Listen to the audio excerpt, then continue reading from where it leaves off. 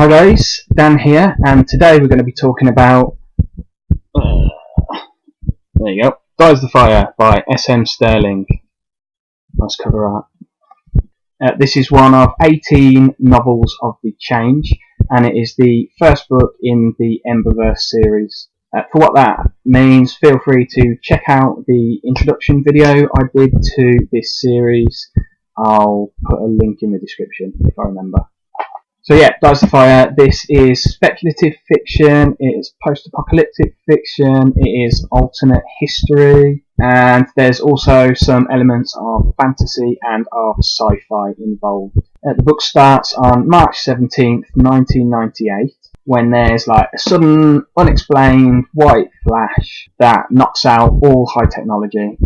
So everything like electronics, everything like cars, internal combustion engines, everything like even gunpowder and explosives just stop working flat out. And we follow a number of people, mostly based in and around Oregon in the northwest of America, as they struggle to deal with the consequences of this event, which comes to be called the Change. Inevitably, civilization almost immediately begins to unravel as even, the most basic needs of people to survive are unable to be provided. So there's no clean water, there's no medicine, there's no food, and this leads to a rapid descent into chaos, starvation, disease, and the characters that deal best with this situation are people like Juniper Mackenzie, who's a musician, and Mike Havel, who's a pilot and an ex-marine, and Norman Arminger, who is a professor of medieval history. And what all these characters have in common is they quickly realise that they need to act as if the change is permanent, so they begin to gather help and supplies in order to survive. So you get these communities that start to coalesce around these sort of charismatic, capable leader figures, and these communities take on really interesting characteristics in order to cope with the changed world. And it's really this process that Stirling explores and he's asking questions about in Dies the Fire. So is this book any good?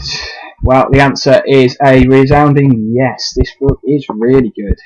This is probably your fourth or fifth time that I've read it, and it would definitely be up there on a top 5 list of my all-time favourite novels of any genre. This book's got an awful lot of strengths, in my view, mainly to do with character building and relationships, also world building. But first, I just want to mention briefly the genre. So this is an example of speculative fiction, which basically involves coming up with a premise that makes someone ask, what would it mean to me or to humanity in general if I was put in this situation?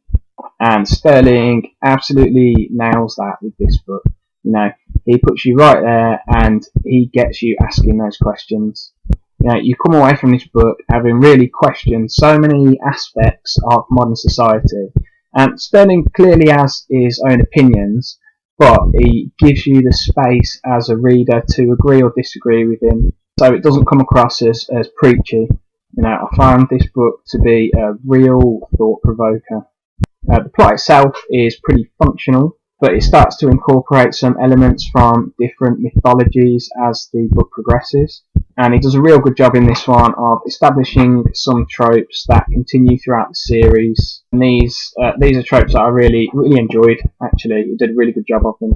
Plot really is totally secondary to and driven by the characters. Sterling, he just does not write passive characters. There's a pretty large and hugely diverse cast in the book, which grows as the series progresses, and they pretty much all have loads of agency with the decisions that they're making directly influencing the plot and also the world building. We mainly follow Juniper and Mike as small communities start to form around them, and they are really great protagonists with loads of personality. Stirling hints that in the future this timeline that he's writing in the book will be sort of analogous to like dark ages from real world history that occasionally occur, and it's these kind of time periods that give birth to legends like the Iliad, for example, like legends of King Arthur. And Juniper and Mike are framed as characters that will take on the role of these kind of mythical progenitors of peoples. But Stirling does all that with a real light touch and a good dose of wit and self-awareness. As I said, there's loads of other characters as well, and Stirling does a real good job of building them, giving them really distinct voices, and also building their relationships by devoting page time to it.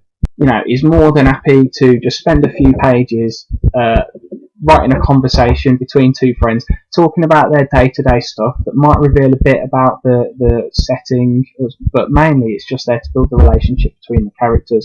So he's really showing you these relationships and not just telling you, oh, now these guys are together, or oh, by the way, these guys are friends. And, I really like that aspect of his writing.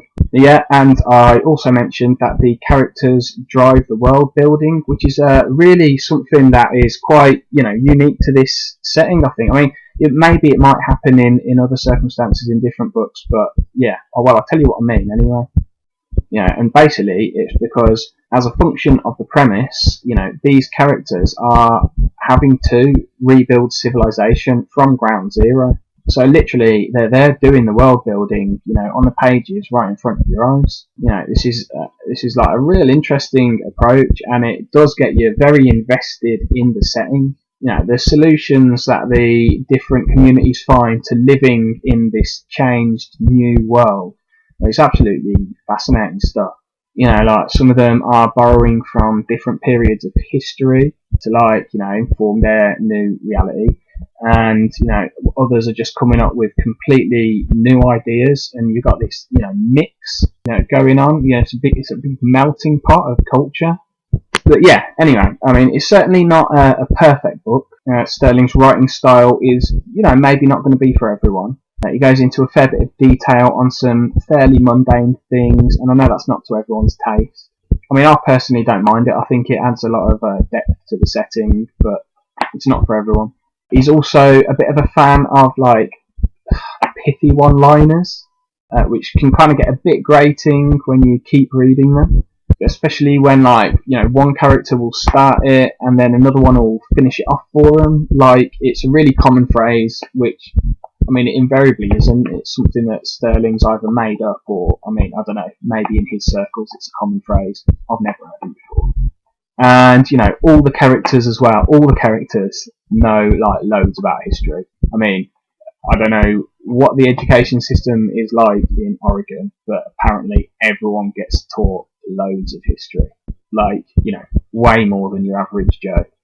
But yeah, I mean, don't let any of that dissuade you from reading it, because these are, compared to the quality of the character work and the world building, these are really minor growth. So yeah, Dies the Fire by S.M. Stirling.